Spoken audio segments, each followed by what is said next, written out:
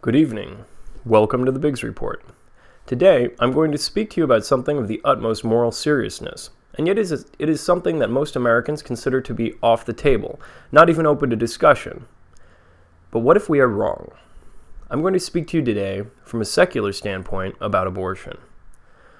Since the decision was made in the United States Supreme Court to legalize abortion in all states, we have made extraordinary advances in technology, in science, in such areas as genetics.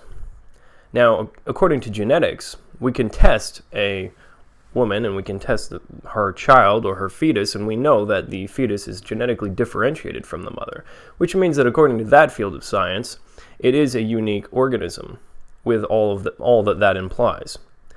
We may also look at biology.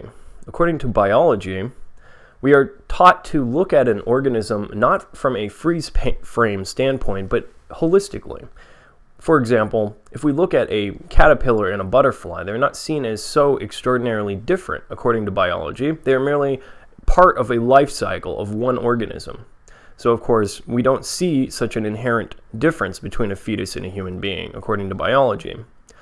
In addition to this, biology teaches that there are organisms such as parasites, such as symbiotes, which require another organism to survive.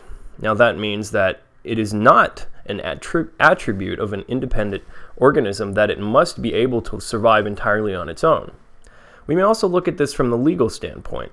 Legally, if a human being is on life support, for example, dialysis machine or some other sort of life support, they are not considered to have lost their inherent human rights, which means that we do consider someone who is not able to support themselves as being a human who is subject to all of the human rights available to an American citizen. All of this brings up a rather troubling point about abortion. You see, if it is a question of privacy, then we must consider that fetus to be a part of the mother's body. Of course, genetics would tell us otherwise, as would biology. And if that is the case, that it is not in fact a part of the mother's body, then we are not speaking about privacy. We are speaking about a balance of rights between two independent, unique human organisms. If we're talking about a human organism here in the United States, then that means we're talking about an American citizen. Every single American citizen is subject to such rights as life, liberty, and the pursuit of happiness. This is important to us. And we have to actually balance between the rights of something that we see biologically, genetically to be a unique and independent organism, which must be classified as the species of human, and it must be an American because it is here. And we are balancing that against the rights of another organism. We actually have this problem in many cases on a battlefield, for example, when you have a field medic who must choose between two different soldiers. And he has a very limited amount of time and has to decide who he's going to treat first with his very limited resources. He is obligated, in that case, to treat the soldier who is less wounded because he has a greater chance of survival. That means that he must intentionally neglect the more wounded soldier.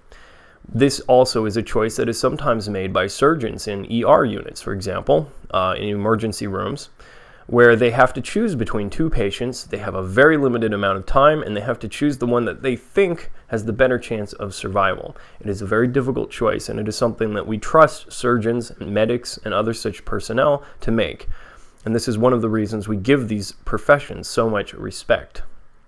Now, that means that if we are to view a fetus as something which is biologically, genetically differentiated, it is dependent upon the mother, but it is not part of the mother's body inherently, as in a permanent part she cannot do without. It is something which will become like the caterpillar. It will turn into a butterfly later on. We now have a very difficult moral choice to make. And in the case of an abortion, the only choice which is constitutionally valid is basically that the medic has to make in a battlefield, or which the surgeon might have to make in an emergency room area. He has to choose between two different people, both of whom might die, and has to choose the one with the better chance of survival. That means that in the case where the mother is likely to die if she attempts to carry the child to term, it would be logical in most cases for doctors to probably have an abortion. In most situations, however, it is legally and scientifically unsupportable that someone, for the sake of convenience, would be able to terminate another human life, which we can see scientifically is a unique, independent biological organism, and therefore subject to protection under our Constitution. You cannot simply eliminate any human citizen of this country for the sake of convenience, for example, nor can you for economic reasons. There simply is no good justification for this. And so we see that from an entirely legalistic viewpoint, secular viewpoint, we are all subject to protections under the Constitution. And if a fetus is in fact biologically, genetically differentiated, and if in fact we do protect other people who are on life support and provide them with all human rights, then we cannot support the idea that one American citizen would have the right to terminate another American citizen for any reason that they choose. Thank you very much.